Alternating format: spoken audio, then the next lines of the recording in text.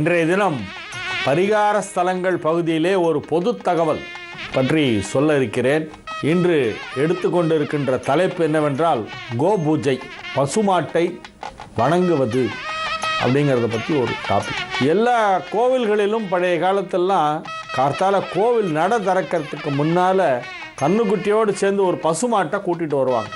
அந்த பசுமாட்டை பூஜை பண்ணிவிட்டு அதுக்கப்புறமா தான் கோவிலே நட திறப்பாங்க. இது பழைய காலத்தில் ஒரு வழக்கம். இன்றைக்கும் சில இடங்களிலே நடைபெறுகிறது. ஒரு சில கோவில்களிலே கோவில் நடை திறந்த உடனே முதலில் கோபூஜை செய்து அதன் பிறகு சாமிக்கு பூஜை செய்வார்கள். ஒரு சில ஸ்தலங்களெல்லாம் முதல்ல சூரிய நமஸ்காரம் பண்ணுவாங்க. திருச்செந்தூரில் டெய்லி காலையில் சூரிய நமஸ்காரம் உண்டு.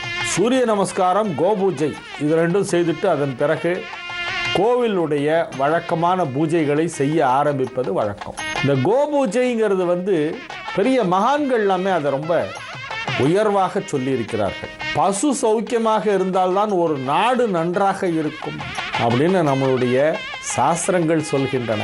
பசுமாடுகள் எந்த நாட்டிலே பாதுகாக்கப்படுகிறதோ அங்கு தர்மம் நிலைத்து நிற்கும். அதற்கு பேர் கோதர்மம்னு பேர். ஏன் அவ்வளவு முக்கியத்துவம் பசுமாட்டிற்கு கொடுத்திருக்கிறார்கள் அப்படின்னு நம்ம யோசித்து பார்க்கணும். எத்தனையோ மிருகங்கள் இருக்கின்றன, எத்தனையோ பறவைகள் இருக்கின்றன, பல ஜீவராசிகள் இந்த மண்ணுலகிலே வாழ்கின்றன. அவற்றிற்கெல்லாம் இல்லாத ஒரு சிறப்பு பசுமாட்டிற்கு என்ன?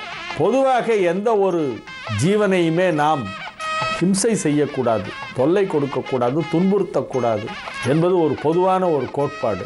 அதிலே பசுமாட்டை பற்றி சொல்லும் பொழுது நமது மந்திரங்களெல்லாம் என்ன சொல்லியிருக்கின்றன என்றால், அனைத்து தெய்வங்களும் அனைத்து தேவதைகளும் பசுமாட்டிற்குள் இருப்பதாக சொல்லப்படுகிறது.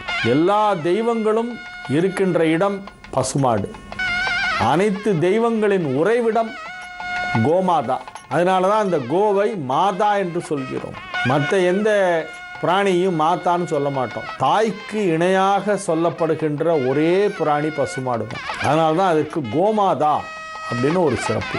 நம்மளுடைய தாயை நாம் எப்படி மதிக்க வேண்டும், எப்படி வணங்க வேண்டும், எப்படி போற்ற வேண்டும், எப்படி பாதுகாக்க வேண்டும் என்பதெல்லாம் அனைவருக்கும் தெரியும். அந்த தாய்க்கு சமமாக மதிக்கப்பட வேண்டியது, வணங்கப்பட வேண்டியது பசு. பசுவின் பாலைத்தான் சுவாமிக்கு அபிஷேகத்திற்கு பயன்படுத்துவார்கள். இப்போ எல்லா இடத்துலையும் பசும்பால் கிடைக்கலன்ட்டு பாக்கெட் பால்லாம் கூட யூஸ் பண்ணுறாங்க. ஆக்சுவலாக தப்பு. பசும்பாலில் தான் சாமிக்கு அபிஷேகம் பண்ணும். ஒரு குழந்தை பிறந்த உடனே அதற்கு முதல் ஆகாரம் தாய்ப்பால். இந்த தாய்ப்பாலில் எல்லா சத்தும் இருக்குது, அதுதான் உயர்வானது என்று சமீப காலத்திலே மருத்துவரும் சொல்கிறார்கள். தாய்ப்பால் குடித்து கொண்டிருக்கும் அந்த குழந்தை அதற்கு அடுத்தபடியாக சாப்பிடுகின்ற உணவு என்னன்னா பசும்பால் தான். இப்போ தெரியுதா ஏன் கோ மாதா அப்படின்னு சொல்கிறோம்? தாய், பசு தாய், கோ மாதா. கோனா பசு, மாதானா அம்மா.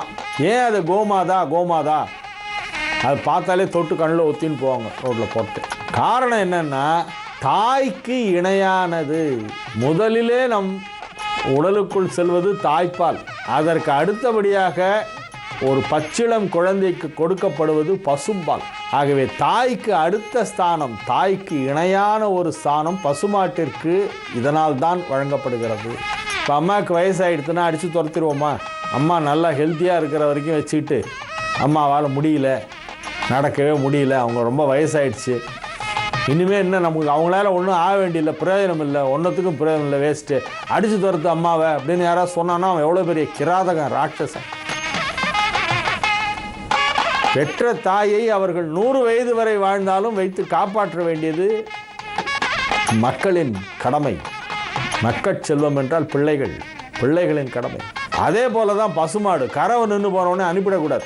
அதுதான் கறக்கலையா, இனிமேல் அதால் நமக்கு ஒன்றும் யூஸ் இல்லையே, அதோட பால்லாம் நம்ம வேணுங்கிற அளவு குடிச்சாச்சு, அவ்வளோதான், இனிமேல் அந்த மாடு தேவையில்லை, அதை அனுப்பிவிடு கசாப்பு கடைக்கு அப்படின்னு சொன்னான்னா அப்போ அவன் தாயை விரட்டுகின்ற பாவத்தை செய்பவன் அர்த்தம். தாயை அடித்து துரத்தினால் அது எவ்வளவு பெரிய பாவமோ அவ்வளவு பெரிய பாவம் கறவை நின்று போன பசுமாடுகளை கசாப்பு கடைக்கு அனுப்புவது. ஸ்லாட்டர் ஹவுஸுக்கு ஆயிரக்கணக்கான பசுமாடுகள் செல்கின்றன. அதை நாம் தடுத்து நிறுத்த வேண்டும். எங்கெல்லாம் பசுமாடுகளை வைத்து பராமரிக்கின்றார்களோ அந்த இடத்திற்கெல்லாம் சென்று நம்மால் இயன்ற உதவிகளை செய்ய வேண்டும். பசுவதை என்பது ஒரு கொடுமையான செயல். ஆகவே கோமாதாவை நாம் போற்றி காப்பாற்றி வணங்க வேண்டும். இந்த நிகழ்ச்சியின் இதன் தொடர்ச்சி நாளைய நிகழ்ச்சியிலே ஒளிபரப்பாகும். நாளைய தினம் இந்த கோபூஜையை பற்றியும் கோ சம்ரட்சணம் பற்றியும் இன்னும் சில தகவல்கள் சொல்லவிருக்கிறேன். அதை கேட்க தவறாதீர்கள்.